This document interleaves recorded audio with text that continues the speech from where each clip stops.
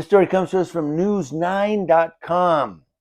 We're going to stay in Oklahoma City today, and we're going to talk about, for the second time in a week, Oklahoma City police arrested one of their own. How about that? The department sent a clear message that officers will be held accountable. Well, now they're getting kind of pissed off because it's like, what's going on with our cops, man? Leaders at the Oklahoma City Police Department shared some stories about arrests that Captain Valerie Littlejohn said are unfortunate because they involve their own cops. Littlejohn said, "We always expect better. People and citizens look at us to lead the community and to do what is right. Regardless of who you are, you need to be held accountable for your actions." Lieutenant Bryant Holloway, who served the department for 10 years, was arrested for several felony charges, including embezzlement and perjury. How do you embezzle from the police department? I guess he held the cash drawer. According to investigators, Holloway altered information on police documents. Maybe that's how. Well, that would be the perjury part. Littlejohn said he was changing the times on citations that he was issuing on traffic stops. So he embezzled through overtime, right? Yes, because she says they found out he was coordinating the times with overtime shifts.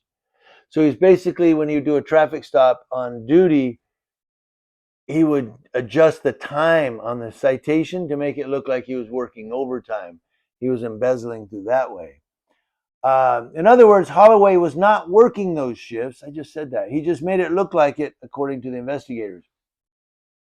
Then the investigation covered a 6-month period between January and June of this year.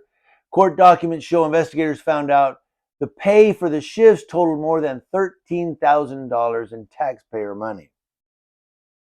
Littlejohn says yes, so collecting money for things he wasn't doing.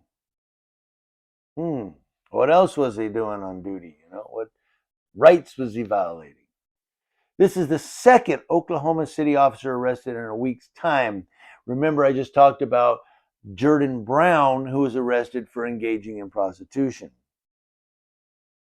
Now, Littlejohn said it's unfortunate when we have to arrest one of our officers.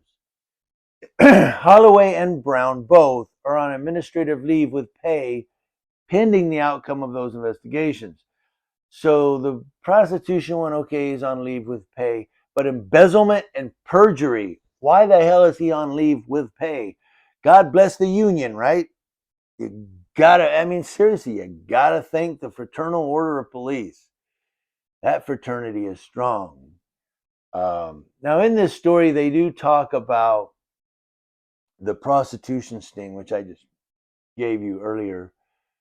So we're not going to talk about that. But yeah, they talk all about that. I gave you that one already. But this one here, this guy, and the real question is how many other officers are collecting overtime that aren't working overtime? How many people are doing this? Because, if one cop's doing it, there's got to be kind of like a group doing it. Well, that's a theory. But in most cases, or in many cases, we've seen where when one officer is doing something, he's always got a couple, buddy coworkers who are like in on it too. Like, yeah, man, we'll do that. Yeah, I need some money. So I guess what I'm saying is, internal affairs, they need to get off their butts and start looking at these cops. Maybe they need Andy Garcia in there to, you won't get that, but that's a throwback to a 1988 movie. I don't know why I said that. Anyway, moving on. You guys are like, this dude is out there. But to end this, it's, again, not just this police department, but look at all the law enforcement agencies from California to New York, from Florida to Washington State, and all the geographical locations in between. How many cops are doing this, or doing something similar to this, and costing taxpayer money? Starting to add up. Get where I'm going?